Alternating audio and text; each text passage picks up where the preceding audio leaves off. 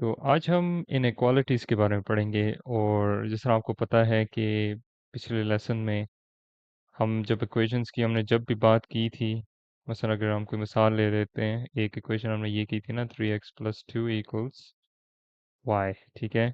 या ये मतलब कोई भी नंबर डाल दें आप, 3x+4 इक्वल्स 8, ठीक हो गया। तो आपने एक चीज़ नोट किया होगा, हम साइन हमेशा इक्वल का ही डालते हैं, ठीक है, इक्वल का। एक चीज़ आपको पता ये होनी चाहिए कि इक्वल का साइन का मतलब ये है कि हमारे पास एग्जैक्ट वैल्यू है, ठीक है। एग्जैक्ट हमारे पास वैल्यू है, मतलब वो ना, उसमें उसमें हमारे यहाँ कोई मतलब परेशानी की बात नहीं है कि अक्सर हमारा कहने का मकसद है ना कि कोई भी वैल्यू आपके पास डेसिमल्स में ना हो, वो एग्जैक्ट होती है, ठीक है। मसलन अगर आपके पास, अगर आपकी वैल्यू मिसाल के ऊपर 4.1 निकल आती है, ठीक है, ये एग्जैक्ट वैल्यू तो ना हुई ना, इसमें इसका मतलब है इसमें थोड़ा फर्क है। तो इन दैट सेंस हम फिर इक्वल का साइन यूज़ करते हैं, ठीक है। हम एक ये वाला साइन यूज़ करते हैं, ये अक्सर आपने साइंस में देखा होगा, ठीक है। जो दो शब्द है मेरे ख्याल से अलविदा की उन्होंने हमसे लिए हैं, तो उससे जो है ना, इसका मतलब होता है अप्रॉक्सीमेशन, मतलब अप्रॉक्सीमेटली, और फिर आगे हम कोई डेसिमल वाला 5.78 के नाम से मतलब इस तरह कुछ डाल देते हैं नंबर।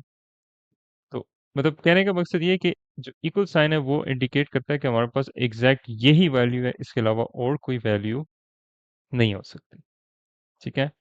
तो इनइक्वालिटीज में हम क्या करते हैं कि कभी कभी, जैसा मैंने कहा कि आपके पास एग्जैक्ट वैल्यू नहीं आती, ठीक है, आपके पास रेंज आ सकती है वैल्यूज की, ठीक है। ये इस तरह है ना कि अगर आपसे कोई ऐसे पूछे, मिसाल के तौर पे आपको एक बड़ी रफ सी एग्जांपल दे रहा हूँ मैं, आपसे कोई पूछे कि भाई डब रोटी की क्या प्राइस है, ठीक है। तो अब वो तो डिपेंड करती है कि कई कंपनीज डब रोटी ज़्यादा महंगी बेचते हैं, तो कई जो है वो सस्ती बेचते हैं, ठीक है। मतलब लेट्स से 600 रुपये की कोई होती हैं, कई हमारे पास 300 रुपये की होती हैं। तो इधर आपके पास क्या आ जाती है, आपके पास रेंज आ जाती है, ठीक है। तो आप ये कह सकते हैं ना कि हाँ, डबरोटी जो है वो, मतलब उसकी जो प्राइस है वो 300 से ऊपर हो सकती है, ठीक है। हम ग्रेटर वाला साइन यूज करते हैं, एक्स इज ग्रेटर देन, ठीक है। या वो 600 रुपये से कम हो सकती है, ठीक है, तो हम लेस देन वाला साइन यूज करते हैं, ठीक है। मतलब इसमें कोई भी प्राइस आ सकती है ना, 300, 400, 500, या फिर मतलब आपके पास अगर मतलब 600 से कम होगी, 100, 200, इस तरह करके। कहने का मकसद है आपके पास बहुत सारी प्राइसेस हैं, ठीक है। या ये भी हो सकता है, तो ये आप इस तरह भी रेंज डिफाइन कर सकते हैं ना कि आप कहें कि भाई 300, तो 300 रुपये से आपकी जो है ना ज़्यादा है प्राइस, तो इट्स ग्रेटर देन एक्स, ठीक है। और जो है ना 600 से कम है, so x is lesser lesser than 600 rupees, ठीक है।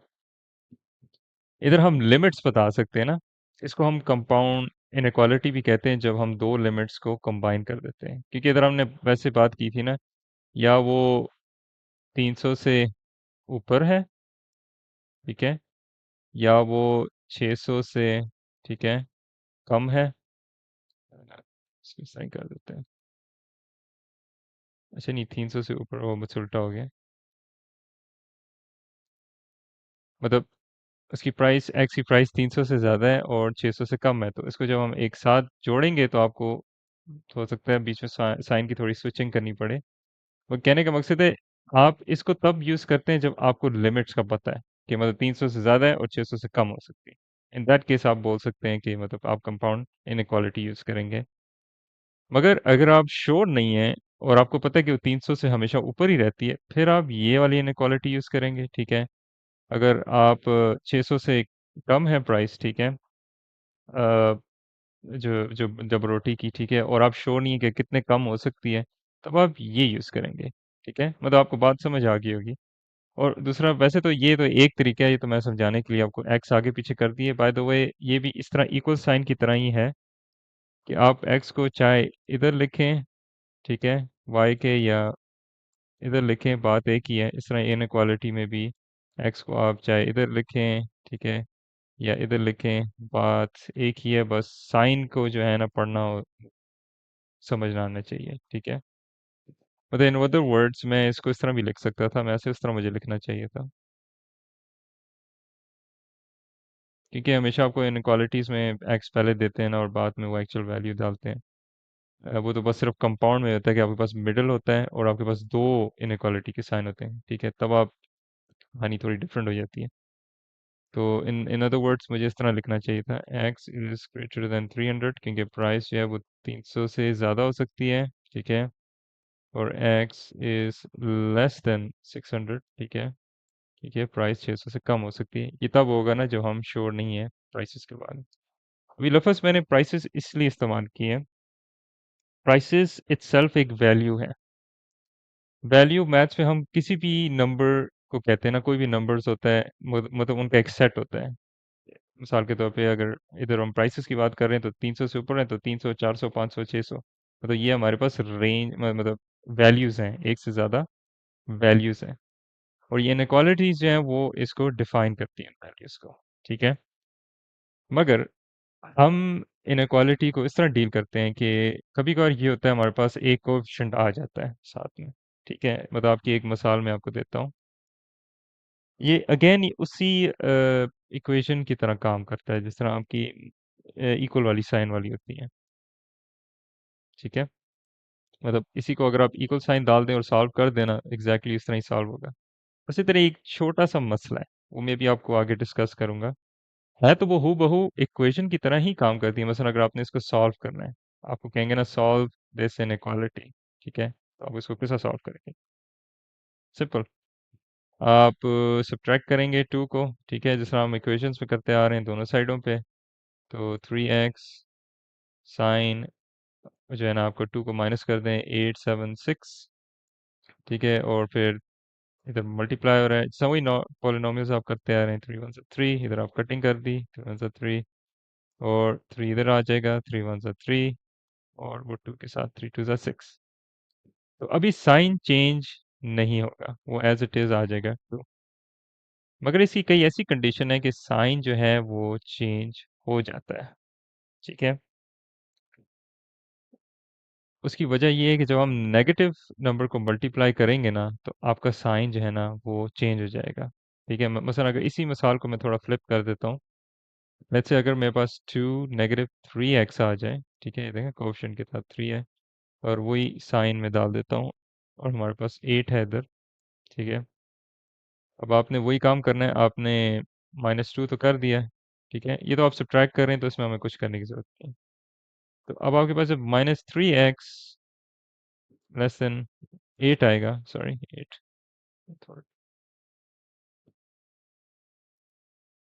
अब जब आप डिवाइड करेंगे, ठीक है, आप -3 के साथ डिवाइड करेंगे, है या नहीं? तो इससे ये होता है कि आपका साइन भी ख़त्म हो जाता है और आपके पास ये भी ख़त्म हो जाता है, तो ये x पॉजिटिव रह जाता है। मगर यहाँ जो है हमारे पास -3 के साथ जब हम डिवाइड करेंगे, फिर हमारे पास जो है ना इशू ये है कि वो है कि साइन जो है आपको फ्लिप करना पड़ेगा, सही है, और आपने वैल्यू डालने दी है, वो है हमारे पास है ना 3 1 3, और 3, सॉरी यहाँ 6 था, मैं 8 डाल दिया, सॉरी सॉरी 6, 6 डिवाइडेड बाय 3 1 3, और 3 डिवाइडेड बाय 2 हमारे पास 6 आ जाता है, तो -2। आपने देखा साइन जो है वो आपका फ्लिप हो गया। और इसी तरह जब मैंने आपको बात की थी कि 300 रुपीज़ से हमारी प्राइसेस ऊपर जा रही हैं डबल रोटी की, ठीक है, हमारे पास जो है ना x 300 is less than x, ठीक है, और 600 से भी कम है, ठीक है, तो एक्स इज़ लेस देन 600। अगर आपको कोई कहता है कि हाँ नहीं एग्जैक्ट 300 से ही कम हो रही है, ठीक है, फिर आप क्या करते हैं, ये वाला साइन डाल देते हैं। इसको बेसिकली हम कहते हैं ये 300 is less than n equal to x, ठीक है, और is less than x is less than 600। तो इसका मतलब ये हुआ कि 300 की प्राइस इंक्लूडेड है, ठीक है, मतलब आप ये जब आप ये वाला साइन हटा देते हैं, ठीक है, इवन हम ये भी कह सकते हैं कि वो एग्जैक्ट 600 तक है, उससे ऊपर नहीं जाती प्राइस, ठीक है, ये जब आप बिल्कुल बिल्कुल श्योर होते हैं अपनी वैल्यूज के। अगर हम पिछली मिसाल में अगर ये हटा दें, हम्म, एक मिनट। अगर ये वाले साइन हटा दें, ठीक है, और आपको कोई कहे कि आप लिस्ट कर दें उन रबरोटी की प्राइसेस, ठीक है, और आप जाते हैं शॉपिंग के लिए, आप सारे प्राइसेस नोट डाउन करते हैं, ठीक है, एक शीट में, तो आप कभी भी, अगर आप ये रेंज यूज करेंगे तो आप कभी भी 300 नहीं डालेंगे रुपए, ठीक है, आप डालेंगे मिसाल के तौर पे 401 डाल देंगे, ठीक है, यूं करके, या सॉरी 301 डाल देंगे, ठीक है, आप 300 कभी नहीं डालेंगे। या अगर आप 600 गए तो 599 तक जाएंगे, ठीक है, आप 600 तक नहीं जाएंगे, ठीक है, क्योंकि इसका साइन का मतलब ये है। मगर जब आप इक्वल वाला साइन डाल देते हैं, नीचे डैश डाल देते हैं, फिर जो है ना, फिर आप इंक्लूड कर सकते हैं, फिर आप 600 इंक्लूड कर सकते हैं, ठीक है, फिर आप 300 इंक्लूड कर सकते हैं, तब कोई इशू नहीं है।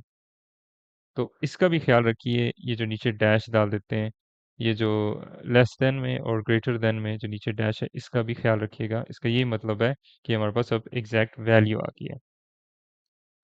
अच्छा, मगर इश्यू हमारे पास एक और चीज़ में भी आ जाता है, वो ये है, मैंने जैसा आपको पहले बताया था कि जो नेगेटिव साइन है वो हर चीज़ की जड़ है, ठीक है, वो हर जो है ना प्रॉब्लम को जो है ना इशू बना देती है।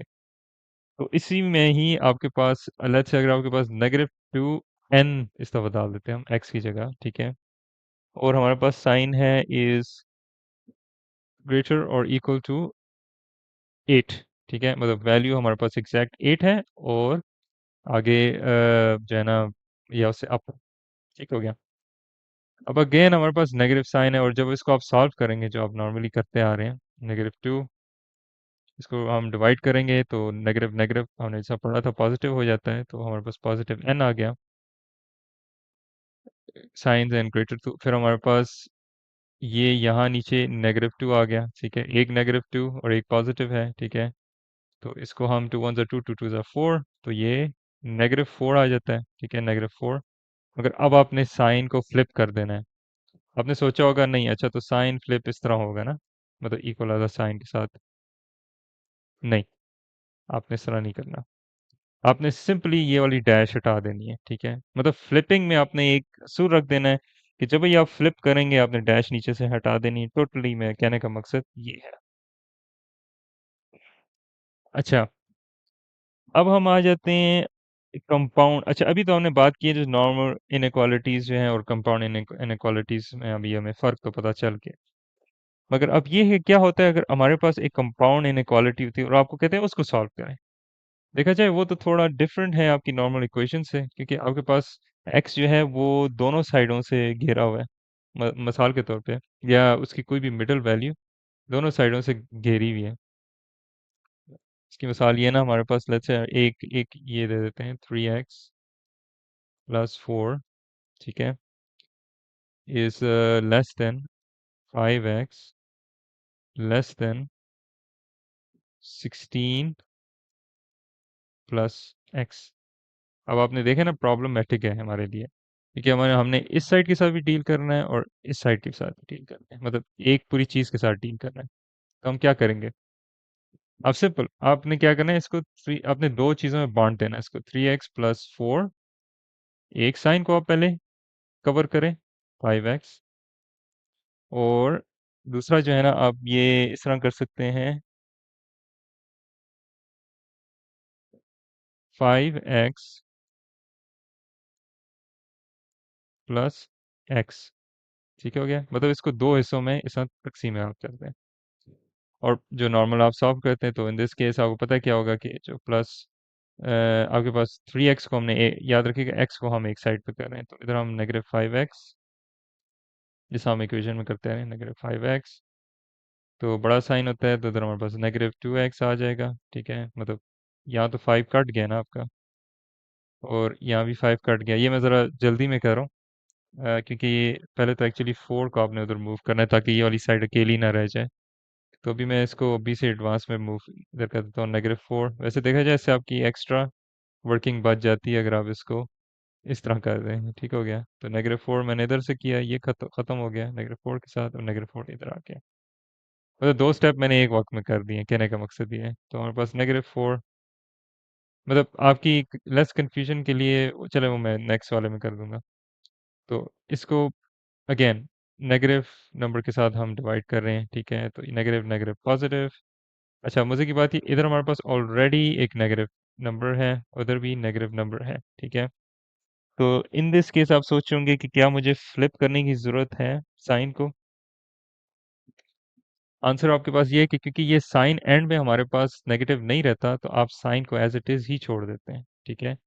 तो 2 1s are 2, 2 2s are 4, और ये नेगेटिव नेगेटिव है तो पॉजिटिव 2 है, तो क्योंकि हमारे पास आंसर ही पॉजिटिव 2 है, आप इसको क्यों लिख देंगे, ठीक है? मतलब इधर आपने कोई फ्लिपिंग वगैरह नहीं की।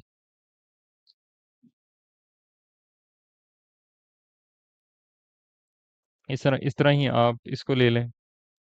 आपके पास 5x और इस लेस देन 16 प्लस x।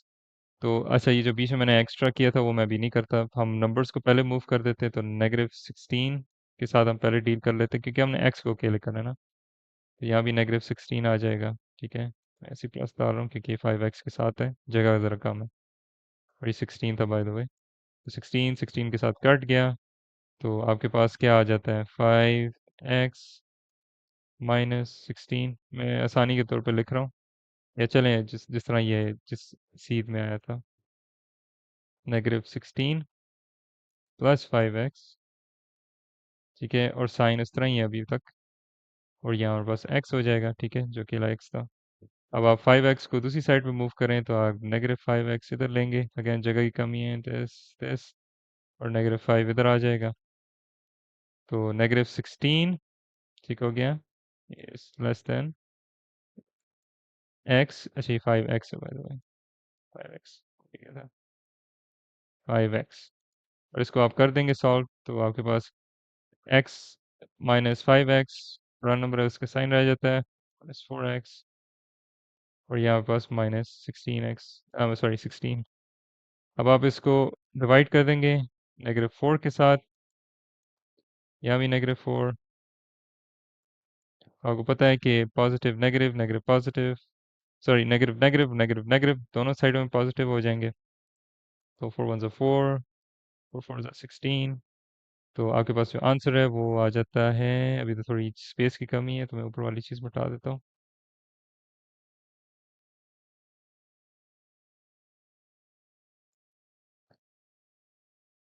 तो इन दिस केस आपके पास आ जाता है positive 4, which is less than positive x, और इस साइड पे आया था x इज लेस देन 2। अब आप मसला ये, अब आपने इसको वापस कंपाउंड में डालना है, मतलब x को आपने मिडल में रखना है और ये दो वैल्यूज को आमने सामने रखना है, ठीक है? तो आप ये कह सकते हैं ना कि ये वाली जो वैल्यू थी ये फ्रंट वाली वैल्यू थी x की, और ये बैक वाली वैल्यू थी, ठीक है? तो फ्रंट वाली वैल्यू है क्योंकि जैसा मैंने आपको बताया कि आप 2 को इस तरह भी लिख सकते हैं, बस आपने ये साइन का ख्याल रखना है कि 2 जो है वो बड़ा नंबर है x से, तो 2 इज़ ग्रेटर देन x, ठीक है? और इधर जो है हमारे पास x इज़ ग्रेटर देन, मतलब 4 से भी बड़ा है, राइट? तो आपने x को ग्रेटर देन 4 भी लिखना है, तो ग्रेटर देन 4 इस तरह आप लिख देंगे, ठीक है? तो देखा जाए तो आपने साइन फ्लिप कर दिए, मगर वो इसलिए कि ताकि सेंस बने, क्योंकि अगर आप यूं लिख देते 2 is less than 4, which is wrong, x की वैल्यू 2 से कम है, जिस तरह हम कहना है कि 2 x इज़ लेस देन 2, ठीक है? Therefore 2 is greater than x, कहने का मकसद ये है ना। और जिस तरह इधर हमारे पास 4 is less than x, तो that means x is greater than 4, जो हमने इधर ऑलरेडी बता दिया। थोड़ा मेसी सा हो गया, मगर आपको जनरल आइडिया आई होप हो गया होगा कि इस तरह हम सॉल्व करते हैं कंपाउंड इनइक्वालिटी। अच्छा, तो हम इसको थोड़ा रिकैप कर लेते हैं। बस आपने ये ख्याल रखना है कि इनइक्वालिटीज उस तरह ही सॉल्व करनी है जैसे आप नॉर्मली इक्वेशन सॉल्व करते हैं, बस फ़र्क ये है कि आप इक्वल वाला साइन नहीं यूज़ करते, बल्कि उसकी जगह आपके पास ग्रेटर देन या लेस देन वाले साइन यूज़ होते हैं, या फिर ग्रेटर इक्वल देन या फिर लेस इक्वल देन, ठीक है? हमारे पास एक से ज़्यादा वैल्यूज़ हैं, ठीक हो गया? Sorry, less than equal then, ऐसा भूल गया था। तो अब जो नेगेटिव नंबर, जब से आप नेगेटिव नंबर से डिवाइड करेंगे, बस याद रखिए फिर आपने साइन फ्लिप कर देना है, मगर जब आपके पास ये वाले दो साइन हो, तो आपने क्या करना है, डैश खत्म कर देना है फ्लिप करते वक्त।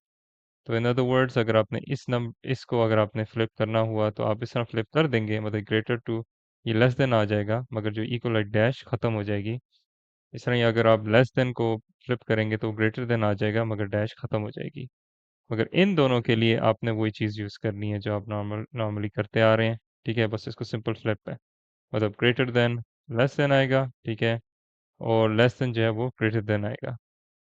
तो in other words, simple words में आप कह दें कि जब भी आप फ्लिप करेंगे, आप बस ये डैश कभी नहीं इंक्लूड करेंगे। सिंपल अगर आपको इसको डालें, ठीक है, ये आप डैश कभी इंक्लूड करेंगे नहीं। तो ये आपका हो गया इनइक्वालिटीज एक्सप्लेन। मगर एक और चीज़ जो है आपने ख्याल रखनी है वो ये है कि आपको कभी कभार वो आप ये भी कह सकते हैं कि आपको एक लाइन वाले को नंबर लाइन दे देंगे, ठीक है, नंबर लाइन दे देंगे, इसमें अक्सर आपके पास ऐसी नंबर्स होते हैं, ठीक है, 1 2 3, अच्छा, तो लेट्स से आपके पास 1 2 3 4 5 दे देंगे, ठीक हो गया।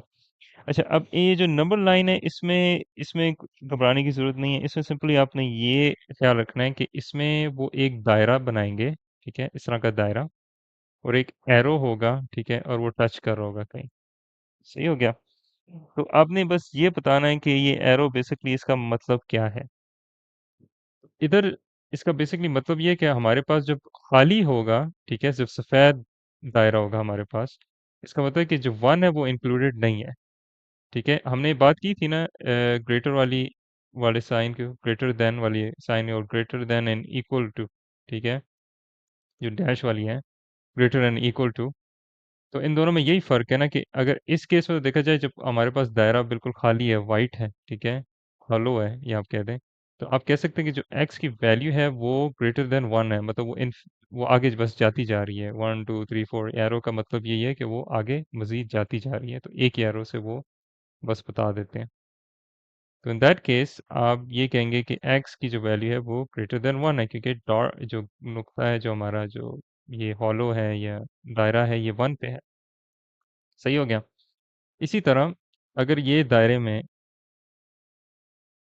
अगर ये काला हो, ठीक है, ब्लैक हो, तो तब आपने साइन ये वाला नहीं डालना, ठीक है, ये वाला साइन नहीं चलेगा। फिर आप कहेंगे कि एक्स जो है वो इक्वल टू वन है, मतलब वन की वैल्यू इंक्लूडेड है, और फिर आगे मजीद चलता जा रहा है, ठीक है। बस इसका आपने ख्याल रखना है। और यही उल्टा साइन जो है ना, आप यूज़ हो सकता है मिसाल के तौर पे, जो लेस देन वाला साइन है, ठीक है, तो आपके पास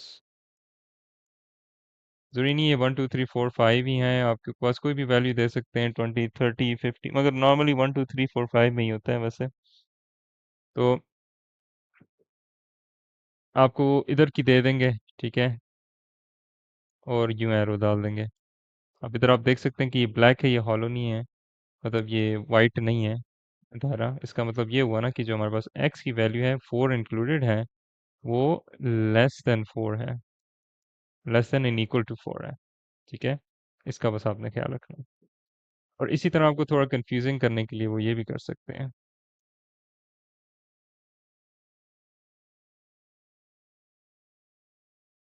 आपको कह सकते हैं नेगेटिव नंबर्स डाल देंगे नंबर लाइन में, ठीक है, ओ सॉरी उल्टा हो गया मुझसे,